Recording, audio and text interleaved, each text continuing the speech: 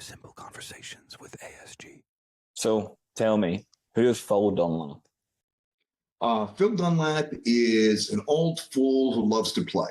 Now, in all seriousness, I'm a lifelong martial artist. I grew up training in martial arts. A family member had trained in Burmese martial arts. And basically, I've been training and competing most of my life. I had my first professional fight at 15. I'm also a vegan athlete, which I'm kind of proud of doing as well as I have as a vegan. And, somebody who's finally learned to balance work, play, and other things together. What's annoying you this week, Phil? I got to say Elon Musk, okay, because I want to be one of the cool kids. But it's kind of like, honestly, I'm not. I try not to get annoyed, get angry, and stuff like that, because I feel that it allows things or people to have control over my emotions. Difficult at times, though, isn't it? Whenever you see things going on in the world that you don't really agree with. But it's kind of like, one of the things that comes with, aging a little bit is you start to realize that you can't necessarily change it. And you definitely can't change it by complaining. So you might as well, I always tell people there's challenges, and most people see a challenge and stop. But if you view a challenge as an opportunity for something, because most people are stopping, you can turn bad things into good things in your life. I'm glad you said challenges and setbacks, because that is the topic of this episode, because I've wanted to do this for a while, because I had Kai Carrara on in my second ever episode, who is a retired MMA fighter who fell into a really bad addiction, and now he's one of the top podcasters in Europe, and he had so many lessons in there that people still to this day send me messages about, or send me the clips, even when there was no video, it was just a background image. So I wanted to do this for a while, and seeing your page and hearing your story, I think you're the right man for this, because like you said, whenever we were talking back and forth, people don't understand how much of just life can be learned through so many different things, especially things like sports or interests or hobbies. I think, honestly, it's one of the reasons I hate to say this, because this makes me sound like, well, okay, my dad. Okay, but it's that idea that I think it's something that's kind of missing in today's world. A lot of kids aren't coming up with as much sports and competition as they used to have. And I honestly think that, sports competition, and I'll be honest with you, fighting in particular, is a microcosm of life. The same things that are going to cause you to succeed as a fighter or defeat you as a fighter are the patterns and the things that are either going to help you succeed in life or fail in life. So I'm a big one on, there's so many lessons learned through training, through competing. And I don't care whether it's football, basketball, or fighting. In other words, I always joke around that, well, the first thing you learn is, I always joke, because you always get a kid that comes to the end of his athletic talent. Okay, so now he's got to make a decision. Am I going to work to continue to progress at this and be good? Or am I going to end up waiting off until I don't want to do it anymore? Okay, so I always tell people, the first lesson is the bust your ass principle. Okay, you ain't getting nothing in life if you don't bust your ass. Okay, in other words, everything in life, you're going to get in, you're going to get out what you put in. Like with fighting, it's training. If you don't train, if you don't eat right, you're not maximizing your potential benefit.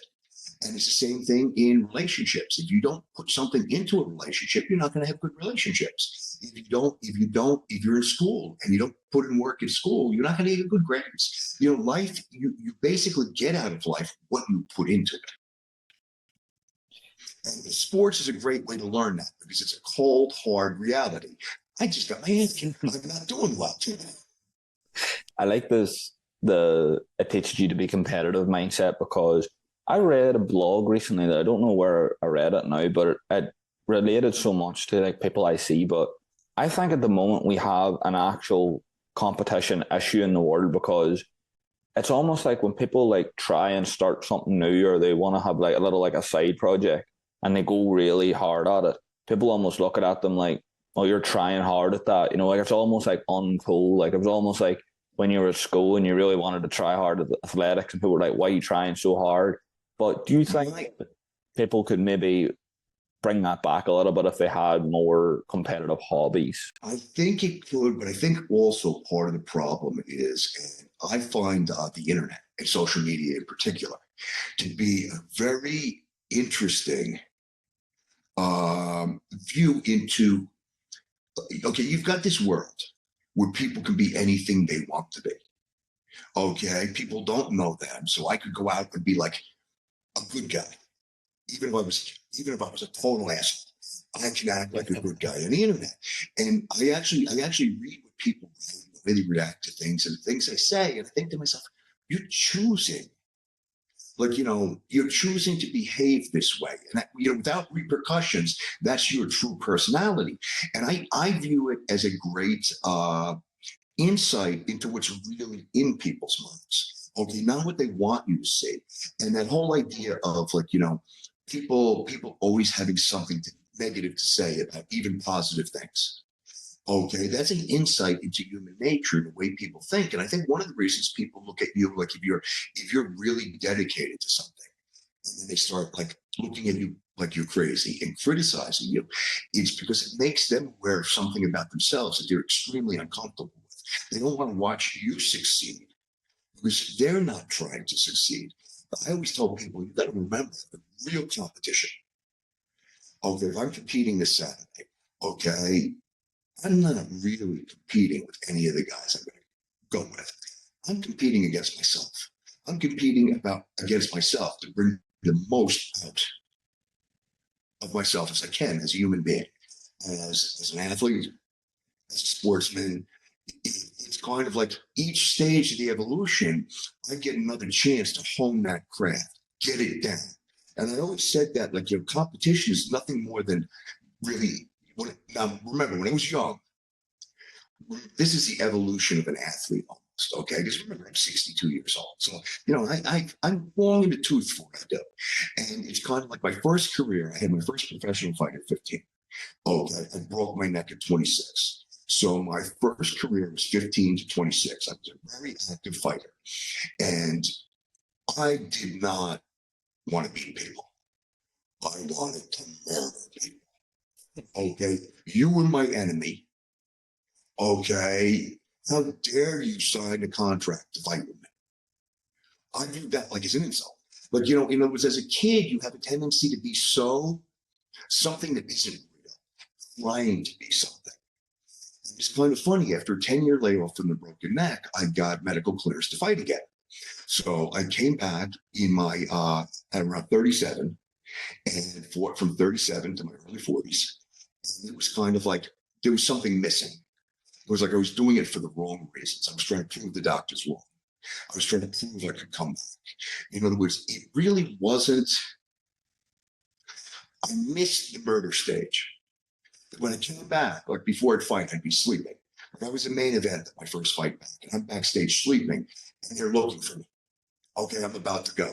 Okay, I was waiting for that to hit, getting. Okay, I was kind of lost without it. And then I got cancer in my 50s. And when I came back from the cancer, in my late 40s, and when I came back from the cancer in my 50s, and I started to train and compete again, for the first time, it was truly for the love of doing it. The moment I was in.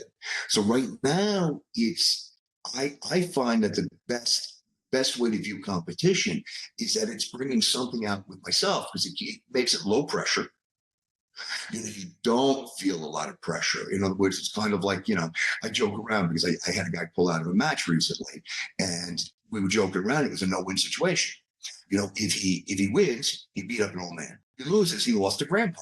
Okay, so it's kind of like, sometimes it's a no-win situation. But I always tell people, a lot of times it's the way you look at things that dictates the way you behave and the way you go about everything. So you can change your mindset.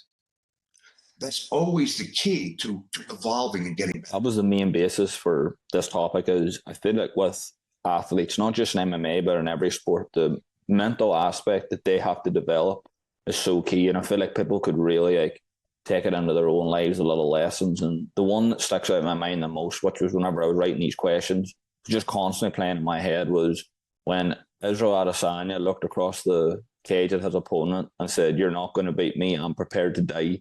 Like this, the sheer passion and love he had for what he's going to do. Like you could clearly see the guy across from him was more energized, but it was like, it's not going to happen. You know, do you think that maybe that is what stops people going for the dream in their lives? Is they get to a point where it's like, this is do or die, and they're like, don't know if I have it on me. Whereas someone like Izzy looked that straight in the eye and went, this is happening. Whether I'm alive or not at the end of it is a different thing.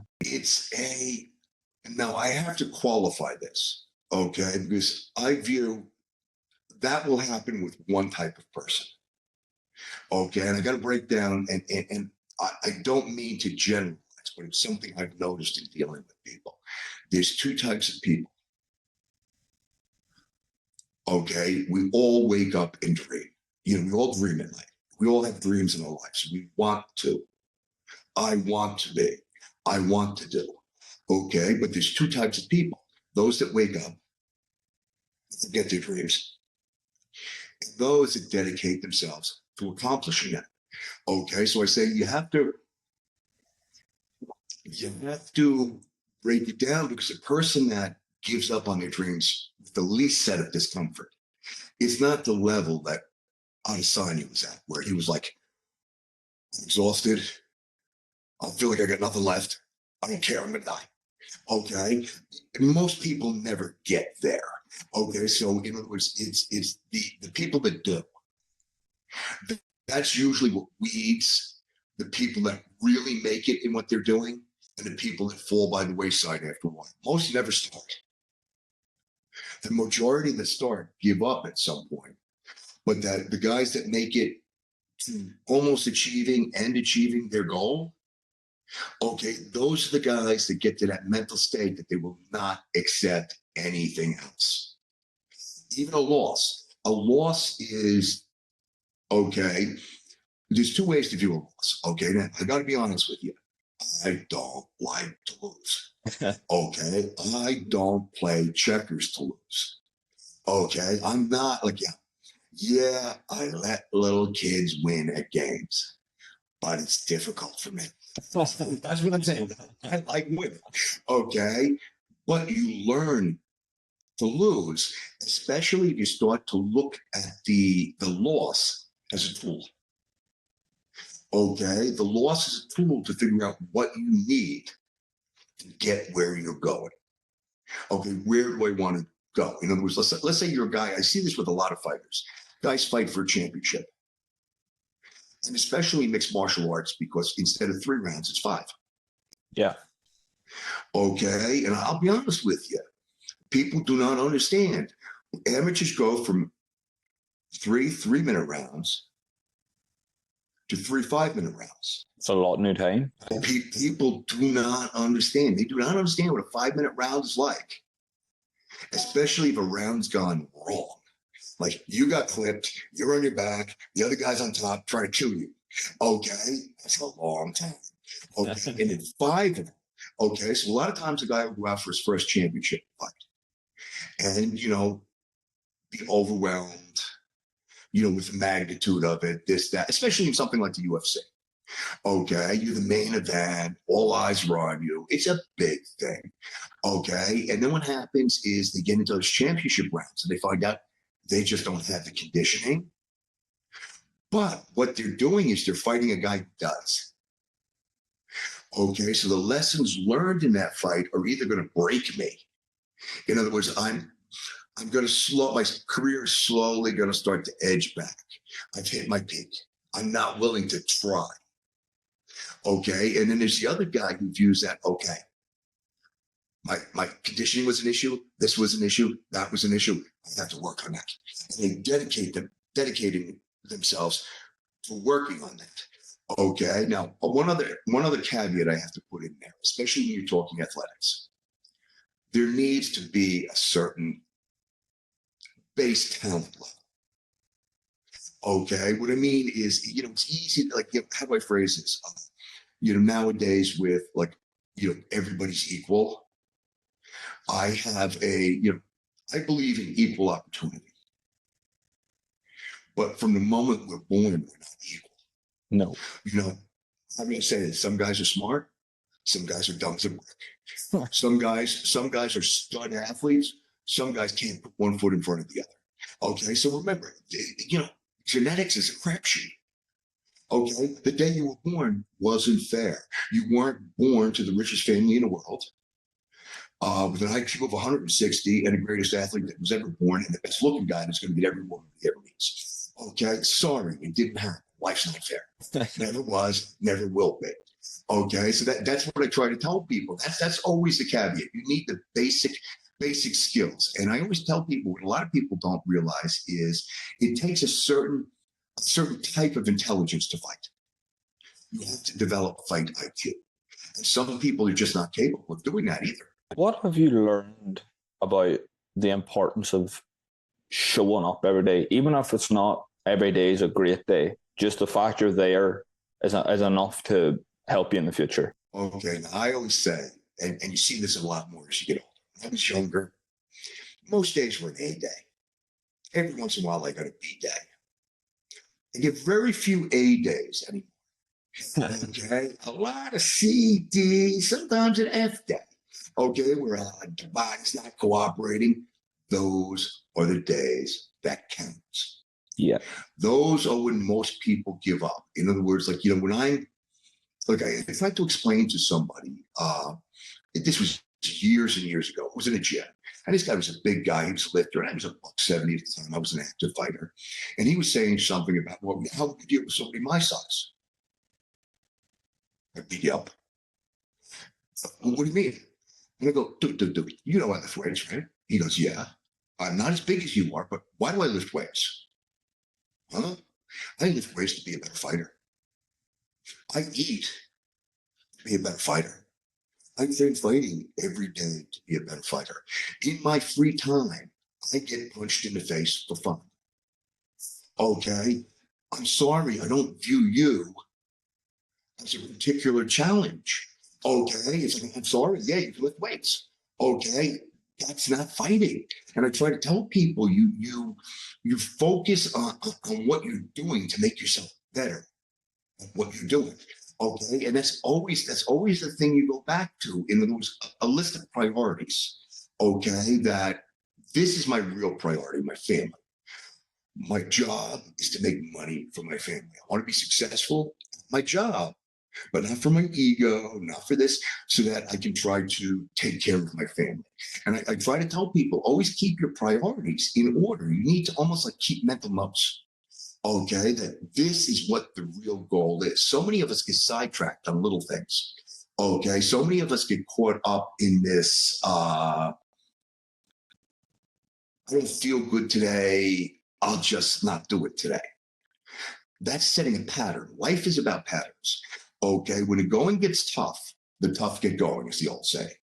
Okay, thing is, you can make yourself tough. Okay, you build habits every day. Have you ever noticed some guys, they go to the gym for a couple months, they hurt something, they take a week off. You don't see them for 6 months, then they come back and it follows the same pattern. Okay, that's because once they break the pattern, they start to spiral. Okay, I'm a big one on the kids. Okay, let's say I have a kid that plays baseball.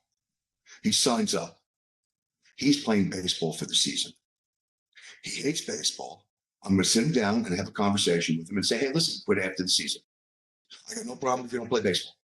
Okay, you just made a commitment to the team. Because I don't want to foster quitting. Okay, quitting is a habit. Success is a habit. I've always told that, when you don't feel like doing it, it's the best time to do it. Yeah. I'm gonna start training tomorrow. No, do it today. I asked around a few people that I know that are in different industries, tried to get people that weren't involved with athletics to see if there was ever any kind of stories in sport that inspire their work rate or their mindset or anything. And one of them in particular, he's an actor, sent me this article about American football player Brandon Marshall, played in NFL for 10 plus years, broke a couple records, still remembered as a really good player. But he had this non-negotiable morning routine where he would get up at 5 a.m. and he had to be in his car 10 minutes after the alarm went off. I needed to be in the gym for an hour every morning at 5 a.m. And he says about how there was days he went in there and he was lifting weight off the floor. He was running drills out in the field. He was doing all these things incredible. But he said there was a lot of days he just went, sat on his phone, watched videos for an hour. But everybody that day would come in and go, Brandon was here 5 a.m. And even though they didn't know what he was doing, the fact that he was there, he was in the building, he still stuck to his routine. 10 minutes after the alarm, he was in the car, in the building, done his workout. That was enough for him. And he done it every single day. It was like, this is not moving off. Doesn't matter if I go and do nothing. I am doing this. Well, I've always taken that one step further. In other words, you may not have your A day, but do something. Like if you were going to go in and let's say your body's just not feeling like doing weight work. Get on an exercise bike. Just get the blood flowing. See if you feel a little bit better, then hit it. If you don't, then don't hit it. Okay, but what I'm saying is it's the patterns. Okay, once you set up a pattern, you're almost setting yourself up for success. And the patterns of quitting set yourself up for failure. Yeah. Take a look at a guy, I don't know if you're familiar with him, Kyle Maynard. No. No arms and legs. He was a thalidomide baby. Back in the day, they gave pregnant women thalidomide for for morning sickness. And it would stop the baby's growth at whatever stage it was in. So he was born with like little flippers for arms and like little flippers on his hips. Okay. They're not really limbs. Okay. He was a D1 wrestler at Georgia.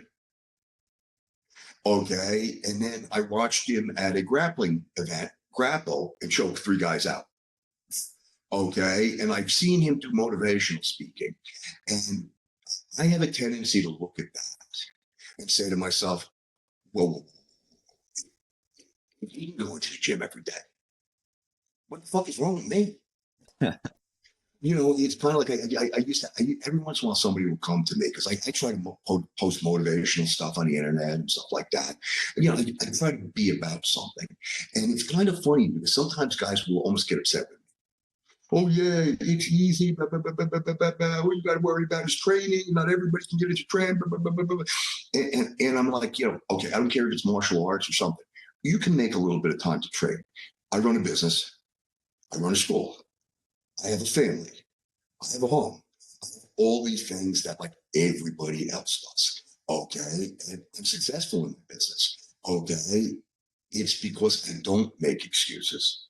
Like if you can't arrange your schedule to get to the MMA class at 7, the least you can do is go for a job. At some point during the day, do something. Okay. And like, look, I don't care if you say, hey, I don't care about being in shape. Hey, fine, don't be in shape. That's cool.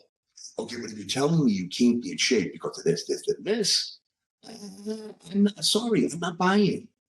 Yeah, I like that one. And it sparked a kind of caveat here, but the big thing that I hear anyway for people in life that they give up too quick is because they're worried about either what other people have achieved at the same time frame as them, or they're worried about what other people have to say about what they're doing now. And obviously in MMA, that's something that I mean that's everywhere, you know, like they're your records or your prize pretty much. Even that doesn't matter, okay? Because when you really look at it from the perspective of what you were just saying, okay, now, okay, I won titles in Burmese boxing. I won a stadium championship in Thailand. I fought K1. I've won regional titles in mixed martial arts. I've won jiu-jitsu world championships. I do pro shows. I suck. There's people that can say I suck. And I will agree with them. I suck. But at least I got these. You don't got those. Okay? You know, remember, people going to say what they're going to say. Okay? You see one of the greatest fighters that ever, like Khabib, never backed off, former UFC champion, retired, undefeated. I see people say he sucks. Okay? That's kind of like saying, tell me you know nothing about mixed martial arts without telling me you know nothing about mixed martial arts. Okay, he dominated his opponents. Okay, and you might not like his style. You know, that's all up to individuals. But when you say, it's kind of like I hear these guys, I hate goat arguments, greatest of all time. Okay. I see some guys arguing LeBron James or Michael Jordan. Now, I have to sit there and say to myself, when the guy says, well, Michael Jordan sucked, he was overrated. Okay. Have you ever watched basketball? Okay. Yes, you may think LeBron James is the best ever. Michael Jordan is still a god of basketball. You know, it's kind of like the stupidity that comes out of people. You know, you're talking about, okay, if he's not the greatest of all time, then he's the second best. And you just said it sucked. You invalidated your argument right there. Okay, so I always tell people, you know, who cares what somebody else says? Okay, the only people I care about are the people in my circle that matter to me and respect. And I respect. Now, if somebody I was close to came to me, like a good friend that trains and everything like that, and I was losing and I was doing terrible, and he said, dude, you're friggin' embarrassing yourself. I then weigh if I care what other people think against how much I get out of doing it. Okay, but it's kind of like, unless it's somebody I respect, I don't care what anybody else thinks. Doesn't matter. Okay, you know, somebody else's success. I'm the worst one with this. Okay, because I have a hard time rooting against people. And what I mean by that is, now, okay, I don't like Conor McGregor. I don't like the way he conducts himself. I feel he's an embarrassment in the sport. Okay, I think he's a great fighter. Okay, but I don't like him and his persona. Okay, but I can't take his fighting ability away from him. I just don't have to root for him. Okay, so many people are comparing yourself to somebody else is so counterproductive. Okay, you have different genetics, you have different strengths and weaknesses. Okay, you want to be the best you can be. So if you, let's say you go into business, and like, you know, I always tell people things come up, and like COVID was a big one. You know, people, oh, woe me, COVID hit.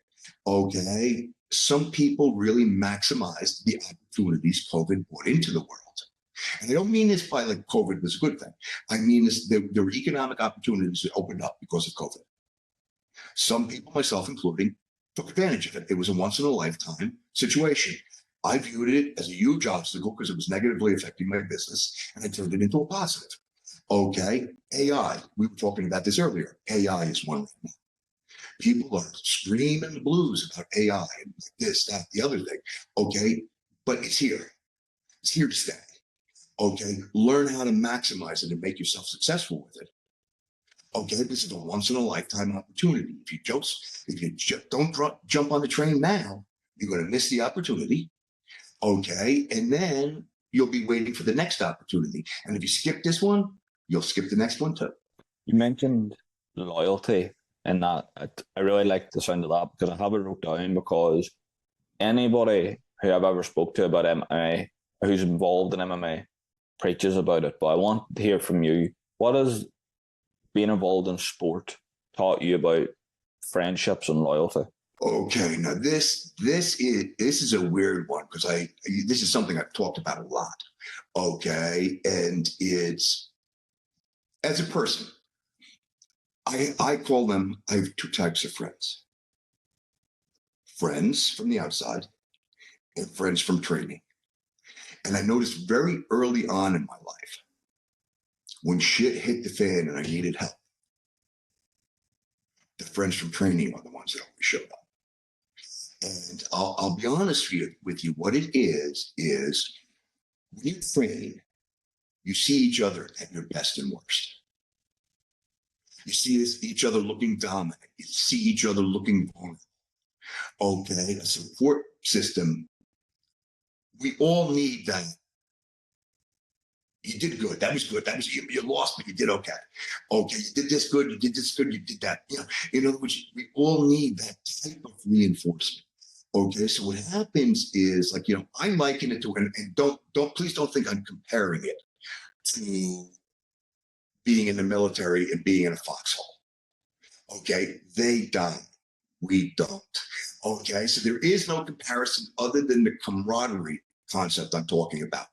And what happens is, because when you're watching yourself be tested, watching somebody pass and fail tests, dust themselves off and get back into it, okay, you see the real person, okay, not the person they want you to see.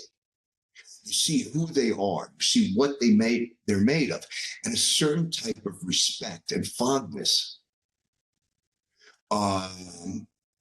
is developed, okay, and it really is. And I've had a few cops that were former Marines tell me that they became cops because they missed the Marine camaraderie.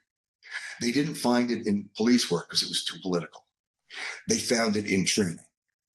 Okay, and I think it's seeing people at their raw edge and seeing how they react to that. It gives you a certain respect you don't get for people you've never seen it in. That's the only way for me to really, really phrase it. There's a bond. There's a bond that comes from beating the crap out of each other. You know, I don't know how to say it. Like, you know, in other words, we punch each other in the face. And we punch each other in the face hard. Okay, I will choke you until you tap. I'm talking, I will choke my best friend until he taps or is unconscious. Okay, but I would never try to hurt him. Okay, there's never any intent. You know, I'm choking my friend. I'm telling him how to try to get out of the choke. I'm screaming at him while I'm doing it. And I'm making him do it. Okay, but I'm not letting him out. But it's kind of like I always try to tell people, it's that you push each other to new levels. And like I always said, fighting is kind of a weird sport, because on the day you go in there, you're alone. You know, I look at me, and it was kind of funny, because I asked him after the fight.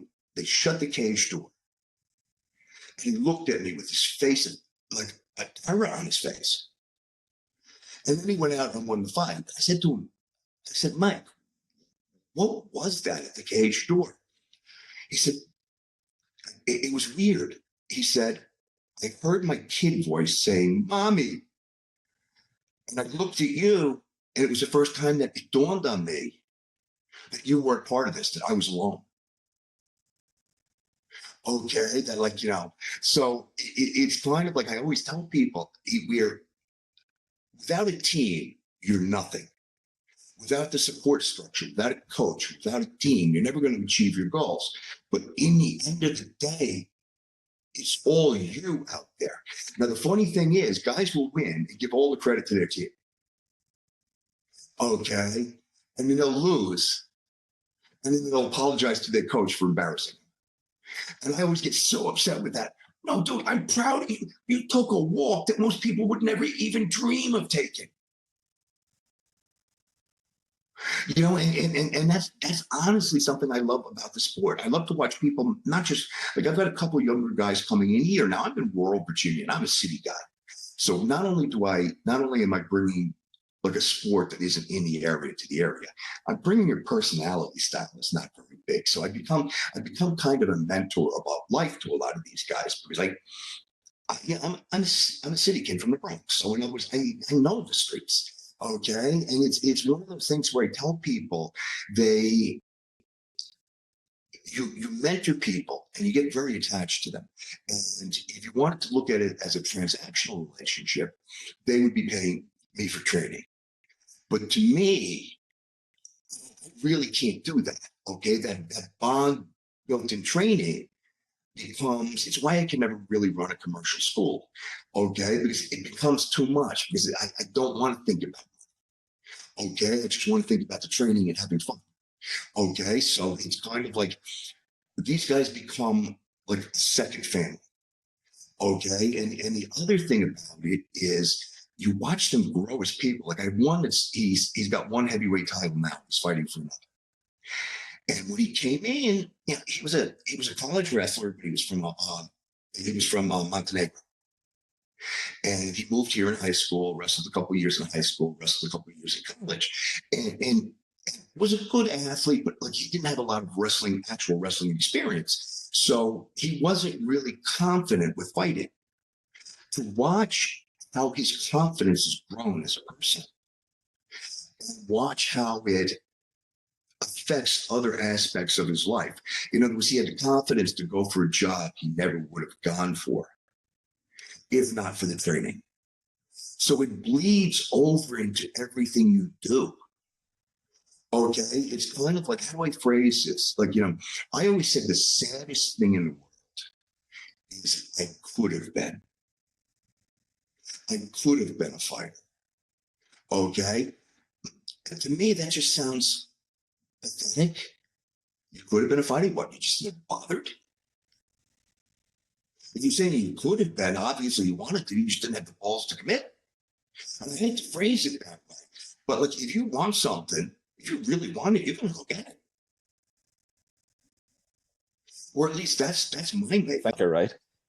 I want to round this off on a snappy note, but we've got about 2 minutes left here, and you've said some one-liners here that have stuck in my head the entire time, and I think the best way to end this is with a one-liner. So, using all the experience you've had in MMA, all the things you've gone through in life, you've explained some of them, and all the things you've gone through personally. If you could sit the entire world down and in one sentence teach them one thing that could drastically improve their life from today, what would it be? Nothing's over till you quit. Okay, the only thing I can say is I can lose 100 matches. I'm one big win away from being somebody. If you love doing something, if you actually like doing it, why aren't you doing it? Okay, you just get back up and keep going. It goes for work, it goes for life. Okay, if you want something, find a way to make it happen. Okay, it's on you. No, nobody's going to rescue you. Okay, nobody's going to come and do it for you. If you want something, you got to go get it. Okay, it's like competition. I want to win. I got to go beat that guy's ass. Okay, I want the girl. I got to show her that she needs me too. I want the job. I got to do what's necessary to do the job. Okay, and if I fail the first time, dust myself off and go for it again. Okay, because it's not a zero-sum game.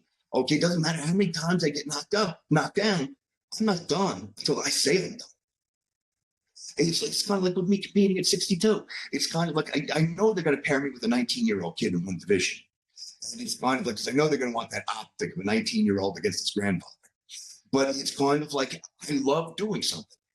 I'm going to keep doing it. It ain't over till I say it's over. Okay? And it's one of those things where I tell people all the time, it's my choice, not anybody else's. You might think somebody 62 years old competing is ridiculous when you lose.